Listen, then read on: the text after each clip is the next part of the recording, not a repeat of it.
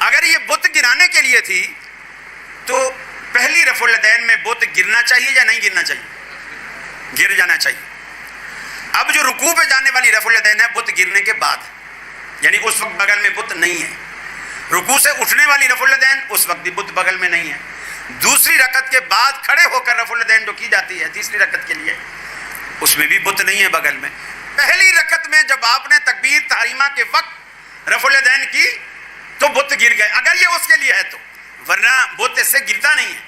اب بت اس سے گر گیا تو جو رفع الیدین بت گرانے کے لیے تھی وہ تو حنفی آج تک کرتے ہیں. جو پہلی رفع الیدین بت گرانا، ہماری رفع الیدین تو بت گرنے کے بعد ہے، پہلی والی پہ تو آپ آج تک قائم ہیں. پھر دوسری بات، وتر کی تیسری رکعت میں قنوت سے پہلے آپ کی بغل میں کوئی منافق بت ڈال دیتا ہے جو آپ یوں کر کے رفع الیدین کرتے ہیں. پھر عید میں 3 دفعہ پہلی رکعت میں، 3 دفعہ دوسری رکعت میں، 6 دفعہ رفع الیدین کرتے ہو، اس وقت کیا بت تمہارا ایلفی سے چپکا ہوا ہوتا ہے؟ 6 دفعہ رفع الیدین کرتے. اللہ کے بندو، نبی کی سنت نہیں عمل کرنا نہ کرو، لیکن نبی کی سنت کا مذاق نہ اڑاؤ. یہ نبی کریم صلی اللہ علیہ وسلم کی پیاری سنت اور نماز کی زینت. خالق و مالک اپنے پیغمبر کو طریقہ سکھا رہے. عبداللہ ابن عمر صحیح بخاری میں بیان کرتے ہیں، کان اذا قام الى الصلاة، جب نماز کے لیے کھڑے ہوتے، رفع یدیہ حذو منکبیہ، اپنے دونوں ہاتھوں کو کندھوں کے برابر لے جاتے، فکبر، اللہ اکبر کہتے، فاذا رکع، جب رکوع کرتے، کبر، اللہ اکبر کہتے، رفع یدیہ حذو منکبیہ، اپنے دونوں ہاتھوں کو کندھوں کے برابر لے جاتے، واذا رفع رأسہ من الرکوع، جب اپنے سر مبارک کو رکوع سے اٹھاتے، رفع یدیہ حذو منکبیہ، اپنے دونوں ہاتھوں کو کندھوں کے برابر لے جاتے. وفی روایت اخرى واذا قام من الرکعتین، جب 2 رکعتوں کے بعد تیسری رکعت کے لیے اٹھتے، رفع یدیہ حذو منکبیہ، اپنے دونوں ہاتھوں کو کندھوں کے برابر لے جاتے. ثم وضع يضع يده اليمنى على اليسرى ويشد بهما على صدري، دائیں ہاتھ کو بائیں پہ رکھتے، والرس، جوڑ کو جوڑ پہ، والساعد، بازو کو بازو پر، ويشد بهما على صدري، اور اپنے سینے پہ مضبوطی سے باندھ لیتے. اب اللہ کے رسول صلی اللہ علیہ وآلہ وسلم کے بارے میں بخاری کیا، مسلم، ترمذی، نسائی، ابن ماجہ، 1 نہیں 10 نہیں 310 روایتیں جس بات میں آئی ہوں. اور ایک مسلمان مسجد میں بھی آ کے اپنے دونوں ہاتھوں کو اٹھانے کو بھی پسند نہ کرے، یہ کس کے لیے نماز پڑھ رہا ہے؟ کیا بنے گا؟ آج ٹوپی سینے کے لیے دے دی جائے نا تو ٹوپی کا ڈیزائن پسند نہ کہتا لے جاؤ، کہتے بھائی ساری رات محنت کی ہے، وہ چل کپڑا بھی ضائع کیا ہے، تمہیں میں نے کہا تھا ملٹی ڈیزائن کرنا، یہ کوئی ڈیزائن ہے؟ تمہیں تو ٹوپی پسند نہیں آتی جو 4 ٹکوں کی تم نے سلائی کے لیے دی تھی.